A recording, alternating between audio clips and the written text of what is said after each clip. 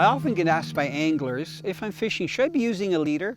My answer is always, it depends. It depends what type of fish you're fishing for. And it depends what kind of water you're fishing, whether the water is clear or whether it's murky, or whether the fish that you're fishing for have really good eyesight or whether they rely more on smell and taste. For example, if I'm fishing for fish that have very good eyesight and fishing for them in clear water, let's say for steelhead or trout or even for bass, I try to use a clear leader, usually fluorocarbon, the lowest diameter they can get away with so that it doesn't take away from the action of the lure, and I try to fish it very close in the fish's strike zone. If I'm fishing even for the same fish, but the water is murky, a leader isn't that important. I can tie my line directly.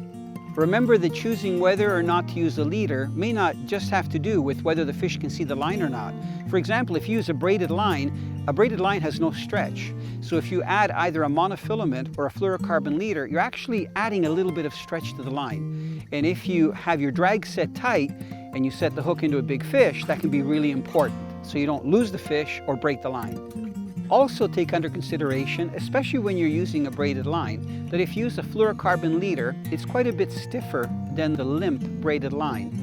And if you're casting into windy conditions, if you're using a fluorocarbon leader, there's just have a chance of your hooks on your lure catching the line as it's going through the air. Also, that fluorocarbon leader, because it's a little bit stiffer or harder, has more line abrasion resistance. So if you're bouncing along the bottom, it won't nick and become weak as fast as if you're just using the braided line or just a simple monofilament line. For me, it's a confidence builder as well. If I'm using a braided line, I pretty well use a fluorocarbon leader all the time. I know that there's nothing to distract the fish from seeing the lure because they can't see the leader.